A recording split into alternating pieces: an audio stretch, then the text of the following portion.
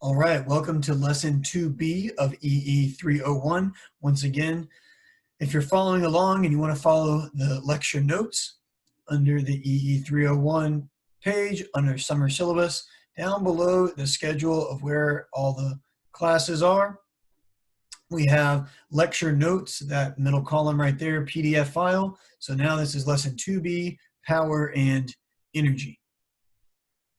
So far we've talked about voltage, current, resistance. Let's talk about a specific type of voltage source, which is a battery. Now, a battery is modeled similar to these DC sources I've been drawing, but like this right here. It has 4 lines instead of 2 with a positive and a negative side. So that is a battery, whereas a generic DC source just has the 2 lines, one longer than the other, the longer being the positive side.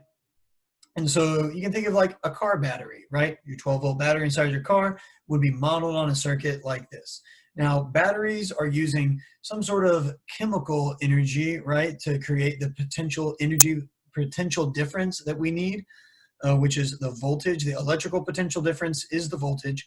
And so those chemicals don't last forever. So they have a capacity and they have a drain. The current drain is the rate at which they flow out. If we think of rate, right, what does rate remind us of?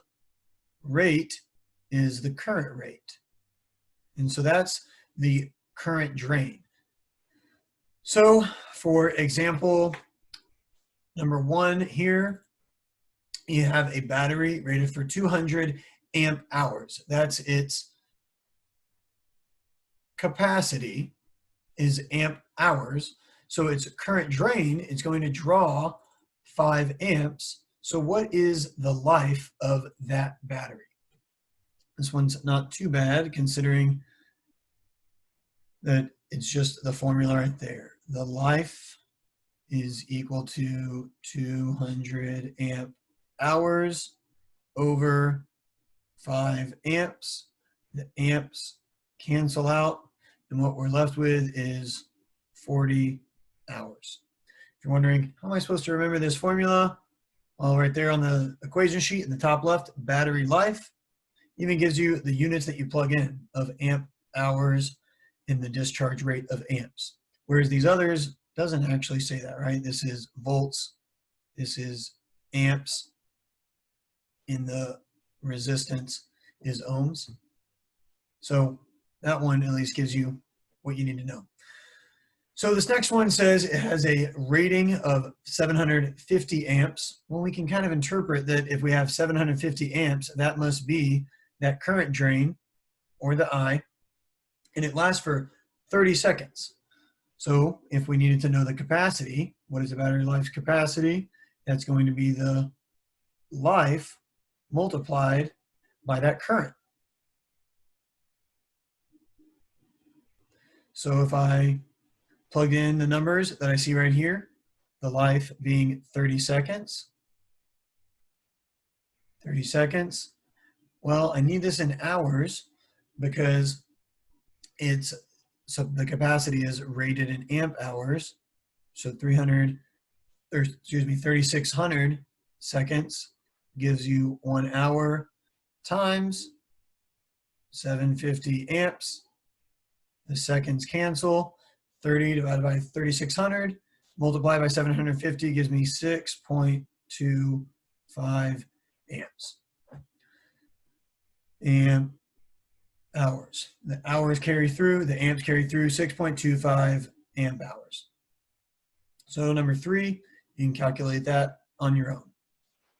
So now let's talk about power. Power is another rate, but now we're talking about the rate to do work, or the rate to do energy.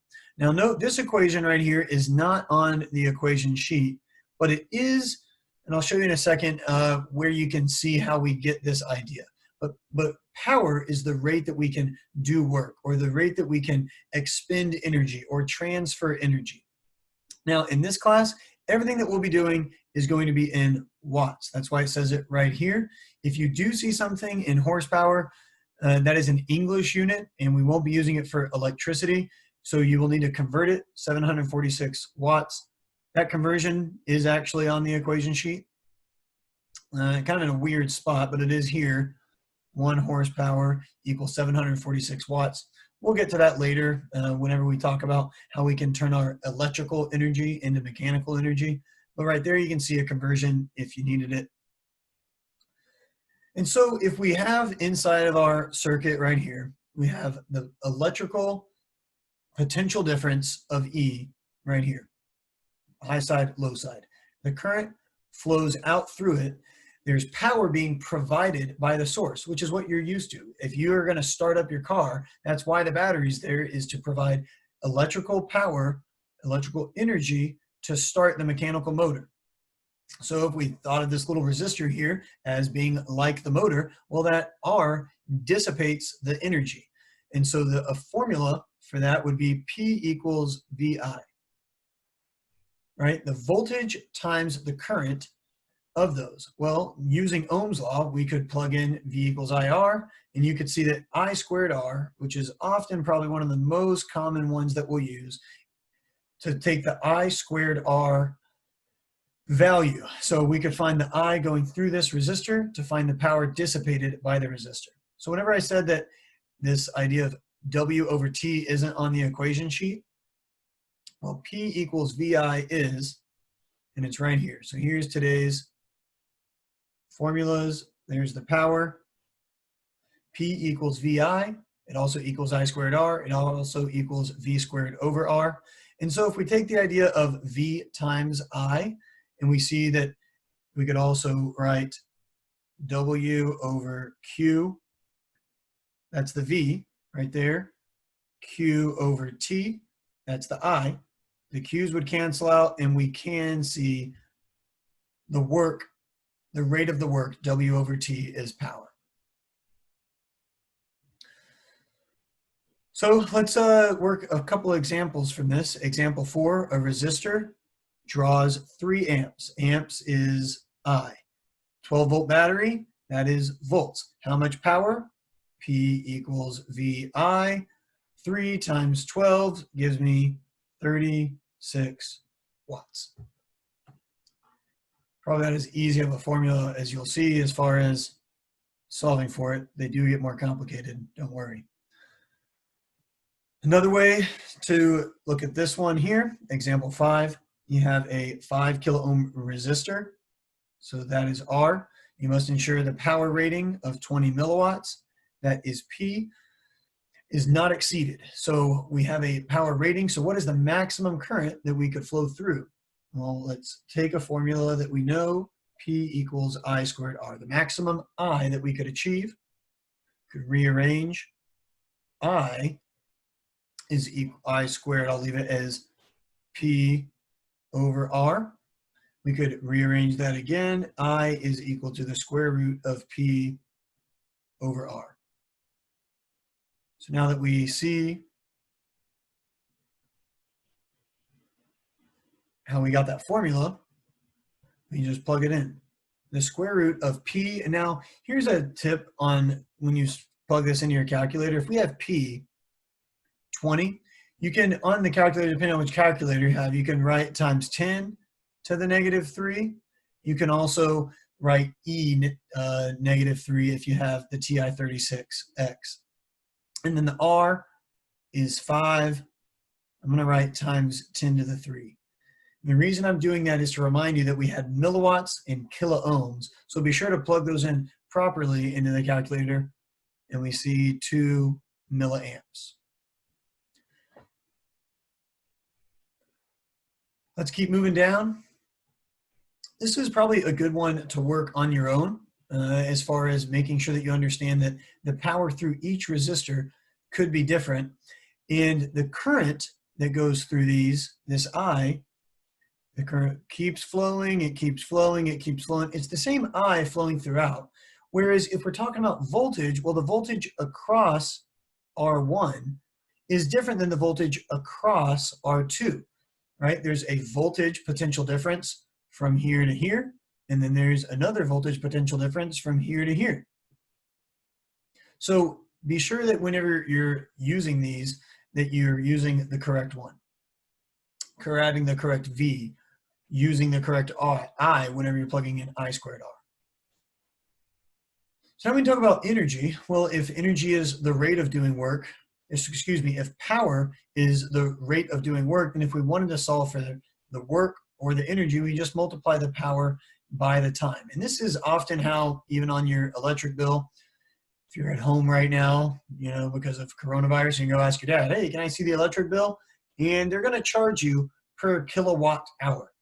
And so that kilowatt hour is coming from kilowatts, is the power that you're using, and then the time that you use it. So there's different, you could go calculate right now the energy usage of your microwave by finding how many watts. Often microwaves are 1,000 watts. So that'd be 1 kilowatt. If you use your microwave, add up all the little 3-minute heating, whatever it is that you have all day, say it's for an hour. Well, if you had 1 kilowatt for your microwave, use it for 1 hour a day, then that day you use 1 kilowatt hour. Consumed 1 kilowatt hour. So an example of this, let's say that you have a light bulb at 150 watts. That's P, watts, power, P. Here's a time, T. So how much energy did you consume? Well, energy is that P times T. So you had 150 watts times 4 hours, and that gives you 600 watt hours. So if you had 600 watt hours, and on your electric bill, they charge you per kilowatt hour, that would also be the same as saying 0.6 kilowatt hour. So if I had 0.6 kilowatt hour and say that they charge me 9 cents per kilowatt hour, well, here's example 8. It's taken it a little bit differently because we don't know the power yet, but we do know its voltage supply and we know its current. Well, P equals VI. So the V here, 120 volts. The I, 20 milliamps. And that comes out to 2.4 watts.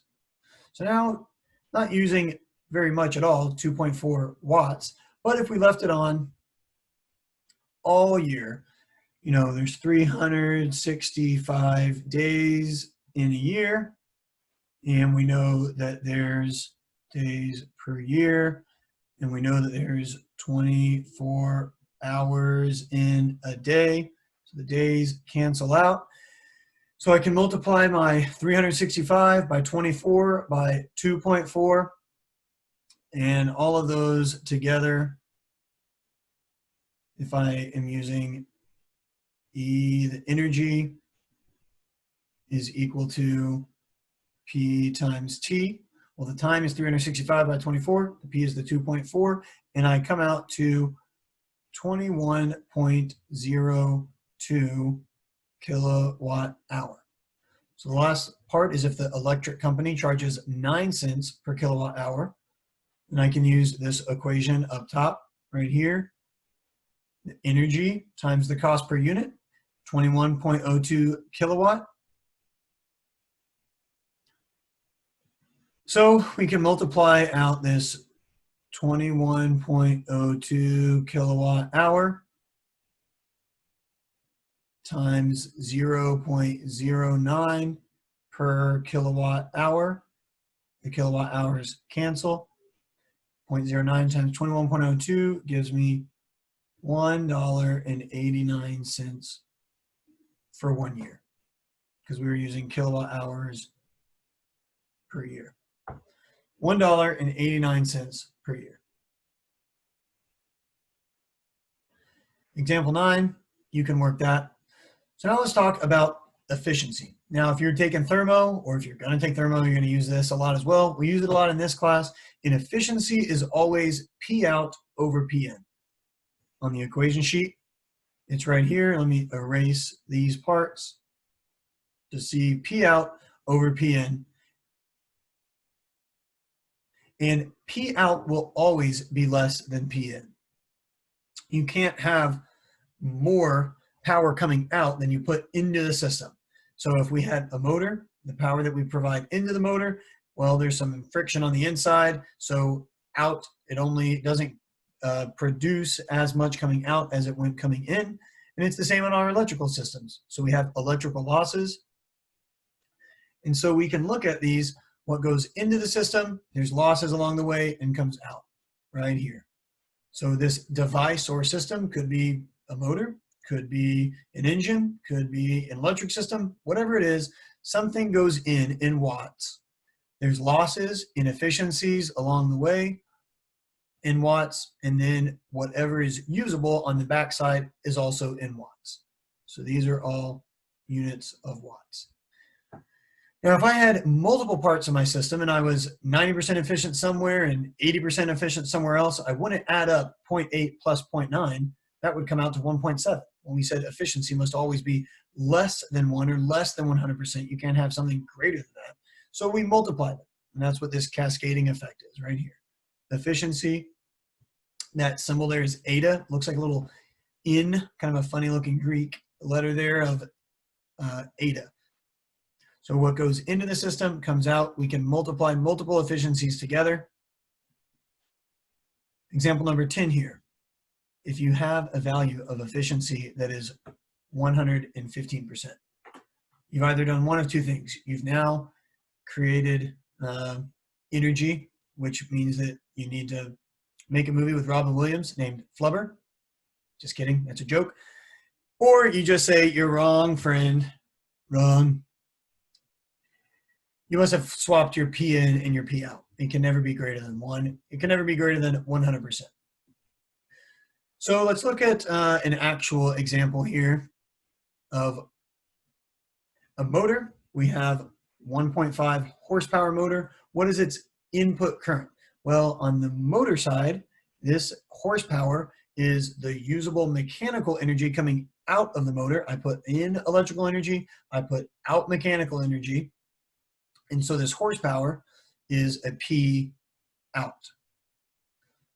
So in order to solve for my P in, I use my efficiency equation, P in. Rearrange for P in is equal to that P out, 1.5 horsepower over 0.6. Well, I need to also convert that by multiplying it by 746 watts over 1 horsepower. Horsepower cancels out. Horsepower cancels out. And my Pn comes out to Pn equals 1865 watts. The last part is that I need to know the input current, which is I. Well, P equals VI. P over V would be the I. 1865 divided by 120 gives me 15.6 amps.